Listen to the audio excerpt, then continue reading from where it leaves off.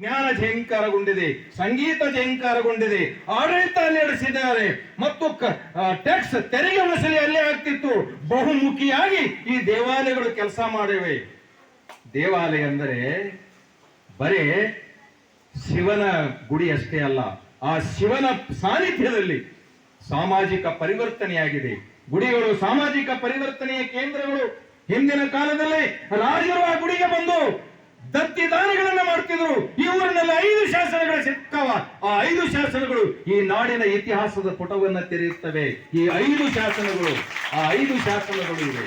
11ನೇ ಶತಮಾನದ ಶಾಸನಗಳು, 11ನೇ ಶತಮಾನದ ಶಾಸನಗಳು ಕಲ್ಲಿನಲ್ಲಿ, ಶಿಲೆಯಲ್ಲಿ ಲಿಪಿ, ಅದು ಅಕ್ಷರ, ಕನ್ನಡದ ಅಕ್ಷರ. ಅದರ ಮುಖಾಂತರ ತಿಳ್ಕೊಂಡ್ರೆ ಈ ನಾಡಿನ ಇತಿಹಾಸ ಪುಟ ತೆರೆಯುತ್ತವೆ. ಸಾಮಾಜಿಕ ವ್ಯವಸ್ಥೆ ಹೆಂಗಿತ್ತು, ಧರ್ಮ ಅಧ್ಯಾತ್ಮದ ಸಂಸ್ಕೃತಿ ಹೆಂಗಿತ್ತು, ಅದನ್ನ ತಿಳಿಸಿಕೊಡುವಂತ ಕೈಗನ್ನಡಿ, ನಮ್ಮ ಪೂರ್ವಜರ ಕೈಗನ್ನಡಿ ಯಾವುದಾದ್ರೂ ಇದ್ರೆ ನಮ್ಮ ಮುಖ ನೋಡ್ಬೇಕು. ನಮ್ಮ ಮುಖ ನಮ್ಗೆ ಕಾಣೋದಿಲ್ಲ, ನಮ್ಮ ಪೂರ್ವಜರ ಮುಖ ನೋಡ್ಬೇಕು. ಆ ಕಲ್ಲಿನಲ್ಲಿ ಹಿಂದಿನ ಜನಾಂಗ, ಕನ್ನಡಿಗರು, ತೇಂಗಳಿಯ ಜನ 10-11ನೇ ಶತಮಾನ, ಸಾವಿರಾರು ವರ್ಷಗಳ ಹಿಂದೆ ನಮ್ಮ ತಾತ ಮುತ್ತಾತರು ಹಿಂದೆ ಹೆಂಗಿದ್ರು ಅಪ್ಪವ್ರು ಮಾತಾಡ್ತಾ ಹೇಳ್ತಿದ್ರು. ಈಗ ಹಾಗೆ ನಮ್ಮ ಸಂಸ್ಕೃತಿ ಎತ್ತ ಹೋಗುತ್ತಿದೆ. ಮೊಬೈಲ್ ಸಂಸ್ಕೃತಿ ಬಂದಾಗ ಮೊಬೈಲ್ ಅನ್ನ ಸದ್ಬಳಕೆ ಮಾಡುವಂತ ಸಂಸ್ಕೃತಿ ನಾವು ರೂಢಿಸಿಕೊಳ್ಳಲಿಕ್ಕೆ ವಿಫಲರಾಗ್ತಾ ಇದ್ದೇವೆ. ಮೊಬೈಲ್ ನಲ್ಲಿ ಏನು ಬೇಕು ಅದನ್ನ ಬಳಕೆ ಮಾಡಿಕೊಂಡು ಜಗತ್ತಿಗೆ ಬಿಡುವಂತ ಕೆಲಸ ಯಾರು ಮಾಡ್ತೇವೆ? ಮೊಬೈಲ್ ಇಸ್ಕೊಟ್ಟಿಲ್ಲ ಅಂದ್ರೆ ಒಂದು ಹುಡುಗಿ ಆತ್ಮಹತ್ಯೆ ಮಾಡ್ಕೋತ. ಎಂಥ ಸಂಸ್ಕೃತಿ ರೀ ನಮ್ದು.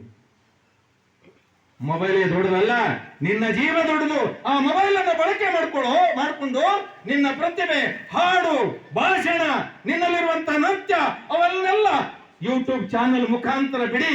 ಅದಕ್ಕೆ ಲೈಕ್ ಬರ್ತದೆ, ಬಹಳ ಜನ ವೇದಿಕೆ ಕೊಡ್ತಾರೆ ನಿಮಗೆ. ಈ ನಾಡಿನ ವ್ಯಕ್ತಿಗಳಾಗ್ತೀರಿ, ಈ ನಾಡಿನ ಖ್ಯಾತ ನೃತ್ಯಗಾರತಿಯರಾಗ್ತೀರಿ, ಈ ನಾಡಿನ ಖ್ಯಾತ ಭಾಷಣಕಾರ ಆಗ್ತೀರಿ. ಅದನ್ನ ಮೊಬೈಲ್ ಬಳಕೆ ಮಾಡ್ಕೊಳ್ಬೇಕಂತೇಳಿ ಅಪ್ಪವರು ನಾವು ಅದನ್ನೇ ಮಾತಾಡ್ಕೊಂಡಿದ್ದೀವಿ. ಇದು ನಮ್ಮ ಸಂಸ್ಕೃತಿ. ಕನ್ನಡಿಗರ ಸಾಧನೆ ಬಹುದೊಡ್ಡ ಸಾಧನೆ. ಈ ತೇಂಗಳಿ ಊರಿನಲ್ಲಿ ರಾಜ ಮಹಾರಾಜ ಓಡಾಡಿದಂತ ಈ ಪುಣ್ಯ ಭೂಮಿ. ಅವರೆಲ್ಲರೂ ಬರ್ತಿದ್ರು. ಪಂಚಲಿಂಗೇಶ್ವರ ಗುಡಿಯೊಳಗೆ ಕುಂತು ಈ ನಾಡಿಗೆ ಈ ಜನರ ಜನಸ್ಪಂದನೆಯನ್ನು ಮಾಡ್ತಿದ್ರು. 1000 ವರ್ಷಗಳ ಹಿಂದೆ ಇವತ್ತು ನಮ್ಮ ಮುಖ್ಯಮಂತ್ರಿಗಳು ಹೇಗೆ ಜನಸ್ಪಂದನ ಮಾಡ್ತಾರ, ಜನರ ಕುಂದುಕೊರತೆಗಳನ್ನ ಕೇಳ್ತಾರಲ್ಲ, ತೇಂಗಳಿಯ ಗ್ರಾಮಕ್ಕೆ ಬಂದು ಅದೇ ಪಂಚಲಿಂಗೇಶ್ವರ ಗುಡಿಯಲ್ಲಿ ಕುಂತು ರಾಜ ತೈಲಪ್ಪ, ರಾಜ 6ನೇ ವಿಕ್ರಮಾದಿತ್ಯ, 3ನೇ ತೈಲಪ್ಪ ಅವರೆಲ್ಲರೂ ಕಲ್ಯಾಣದಿಂದ ಬಂದು ಇಲ್ಲಿ ರಾಜ ದರ್ಬಾರ ಮಾಡ್ತಿದ್ರು, ಜನರ ಸಮಸ್ಯೆಗಳನ್ನು ಆಲಿಸ್ತಿದ್ರು. ಇದು ನಮ್ಮ ಸಂಸ್ಕೃತಿ.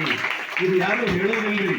ಇದನ್ನು ಓದಿಕೊಂಡಿನಿ, 4 ಮಕ್ಕಳಿಗೆ ಹೇಳಬೇಕಂತ ಕುತೂಹಲ. ನನ್ನ ಆವಿಷ್ಯ ಎಷ್ಟೆತ್ತದೋ ಗೊತ್ತಿಲ್ಲ. ಈಗ 58 ವಯಸ್ಸು.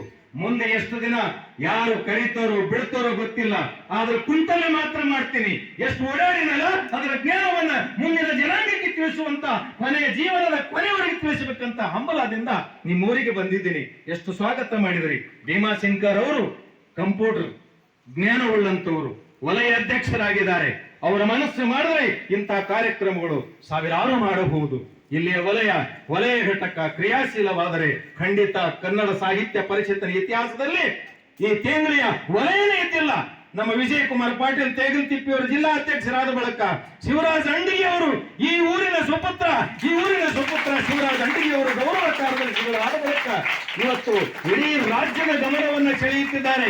10 ಸಮ್ಮೇಳನಗಳು, 10 ವಲಯಗಳಲ್ಲಿ ಕಾರ್ಯಕ್ರಮವನ್ನು ಮಾಡುತ್ತಿರುವುದು ನೋಡಿದರೆ ಬಹುಶಃ ನಮ್ಮ ಸಾಹಿತ್ಯ ಪರಿಷದ ಕಡೆ ಎಲ್ಲರೂ ಮುಖ ಮಾಡ್ತಾ ಇದ್ದಾರೆ. ಇದು ಹೆಮ್ಮೆಯ ಸಂಗತಿ.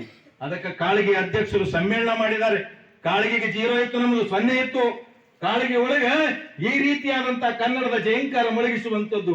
ಅದೇ ಪರಿಸರದಲ್ಲಿ ಕಾಳೇಶ್ವರ ದೇವಾಲಯದ ಪರಿಸರದಲ್ಲಿ ಕನ್ನಡದ ಜಯಂಕಾರ ಮೊಳಗಿಸಿದಂತಹ ಖ್ಯಾತಿ ಇಡೀ ಹೊಸ ತಾಲೂಕಿನಲ್ಲಿ ಯಾರ್ದಾದ್ರೂ ಇದ್ರೆ ನಮ್ಮ ಸಂತೋಷ್ ಕೊಡಲಿ ಅವರದ್ದು ಅನ್ನುವಂಥದ್ದು ಅಭಿಮಾನದಿಂದ ಹೇಳ್ತೇನೆ.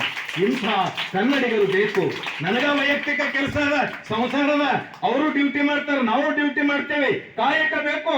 ಕಾಯಕದ ಜೊತೆಗೆ ಸಂಡೇ ಇದ್ರು, ರವಿವಾರ ಇದ್ರು ಸಹಿತ ಇಷ್ಟೆಲ್ಲ ಮಕ್ಕಳಿಗೆ, ಇಷ್ಟೆಲ್ಲ ಪೇರೆಂಟ್ಸ್ ಗಳಿಗೆ ಕರೆಸಿ ಇಂಥ ಕನ್ನಡದ ಜಯಂಕಾರ ಮೊಳಗಿಸುವಂತಹ, ಈ ನಾಡಿನ ಇತಿಹಾಸ ಪುಟ ತೆರೆಯುವಂತಹ ಸ್ಮಾರಕಗಳ ಬಗ್ಗೆ ಕುರಿತು ಹೇಳುವಂತ ಅವಕಾಶ ಕೊಟ್ಟಿರಲ್ಲ, ಈ ಸಂಸ್ಥೆಗೂ ಈ ಗ್ರಾಮಸ್ಥರಿಗೂ ಕೋಟಿ ನಮನಗಳನ್ನ ಸಲ್ಲಿಸ್ತೇನೆ.